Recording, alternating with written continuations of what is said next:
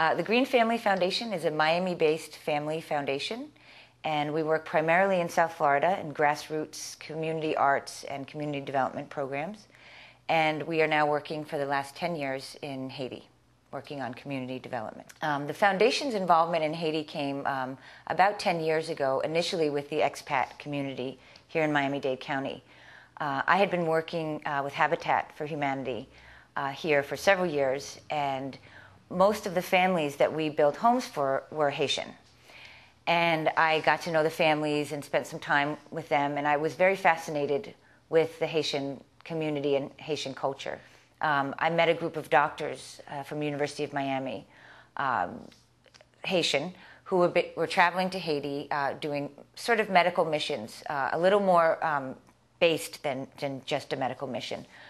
And I had been thinking about doing a documentary film about immigrants who had come from a place of struggle of their country and moved to the United States and had become successful and were now giving back not only to the country that had taken them in, but to their home country. And I met these Haitian doctors, and they said, well, why don't you come to Haiti? You know, you're fascinated anyway with the culture. Why don't you come and see what we do? So I went down and I visited their program, and I brought a small camera crew with me and spent a few weeks, and I realized, forget about doing a project about all these other countries. I want to really focus on Haiti. I fell in love with the country.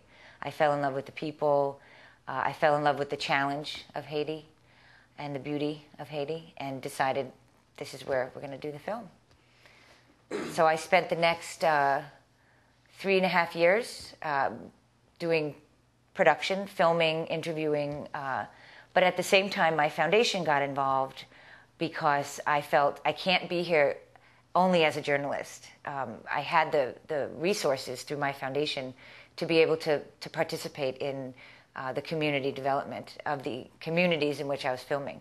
So it became a twofold responsibility, both filming in the country and trying to present an unbiased and sort of frank look at the country, but also using the resources I had and have to be able to elevate the community in which I was working. Well, the challenge, I think, is ongoing. Haiti is a country, not a post-conflict country. It's a country in conflict.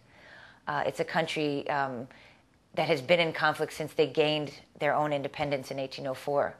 I think when you look at the history of Haiti, immediately you have a challenge just in understanding the history. 1804, they fought and gained their own independence. Former slaves, they went from a slave colony to their own country. They had the whole island of Hispaniola.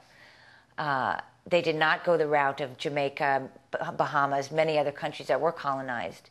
Now it could be a catch-22. Some people believe that they're worse off because they didn't embrace the European culture. Others believe that it's the sense of determination, pride, and strength within the Haitian people that gives them their sort of international reputation for this independent nation. You're dealing with a country, as I stated, that is not post-conflict. It's current conflict, current crisis. There's a lack of infrastructure within the country, meaning roads, electricity, access to health care, access to education, and access to food. And food security, a huge problem.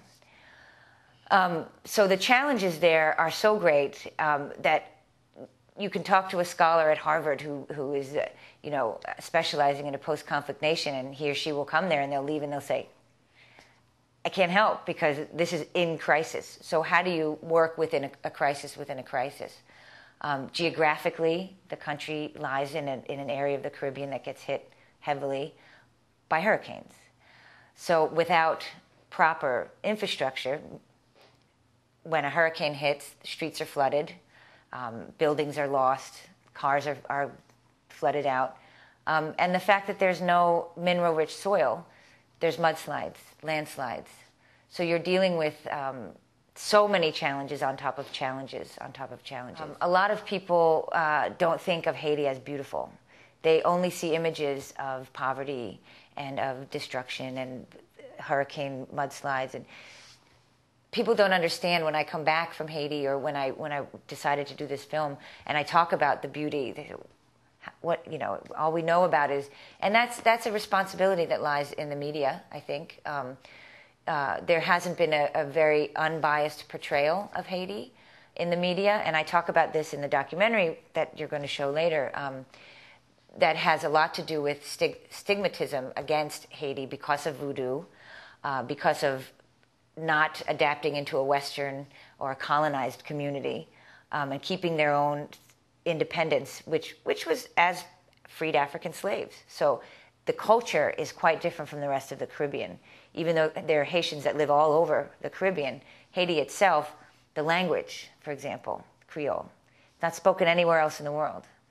On one level, this is a wonderful thing. You have your identity, your own language. On another level, who are you communicating with? You're immediately cutting yourself off from any trade with the rest of the world, commerce, intellectual dialogue, when no one speaks your language. That's a challenge within the school systems there. French was a language that was taught in the schools, and then for a while, no longer. Now there's a resurgence of teaching French again, but French and English, it's important, you know, while retaining the cultural identity of the Haitian pride and the Haitian culture. One of the questions that people always say is, well, you know, why don't they just help themselves? Why is the country in such a position that it's in? And, you know, and I think that goes back to what I was saying earlier about lack of education on both sides. Lack of the Americans being educated on what's happening in Haiti and the culture there and the history, but also, you know, the lack of education within Haiti itself. Haitians, any Haitian that you talk to, the most important thing for them is to send their children to school. There is a huge stress on education. But when you have no money, and maybe the school is free, but the uniforms are not, or the books are not, you have one child that gets to go to school. And that parent might work 3 separate jobs.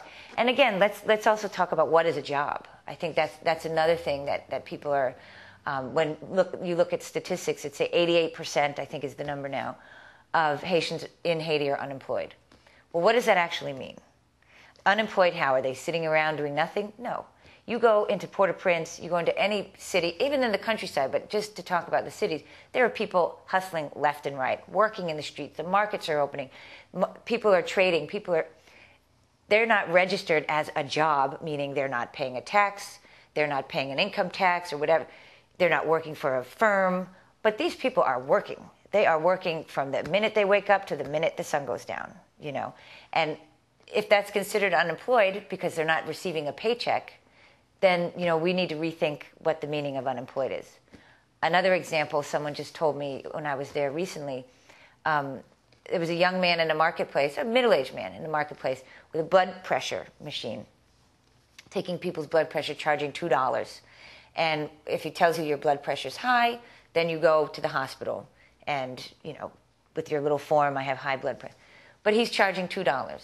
And this young lady who interviewed him was telling me this story. And she asked him, you know, are you a nurse? He said, well, I'm 1 year away from being a nurse, but what am I going to do? Spend my money, go back to school, become a nurse, and not get a job. So I'll be right back here in the marketplace doing exactly what I'm doing now. And he's making money. He's providing a service, making the money, and you know, so that's a job, you know. So when you say unemployed, not really. People are working, and they will work. You know, if there are more factories, if there are more opportunities, it's not a matter of being lazy at all. You know, I would challenge anybody in the entire United States to go to Haiti and find me one person who is lazy, who is not up every day, as I said before, going to get water, going, you know, farming their own small piece of land, even if it's sustenance farming just for their family. You know, I mean, it is a challenge every day. So lazy is something that makes me very angry when I hear that.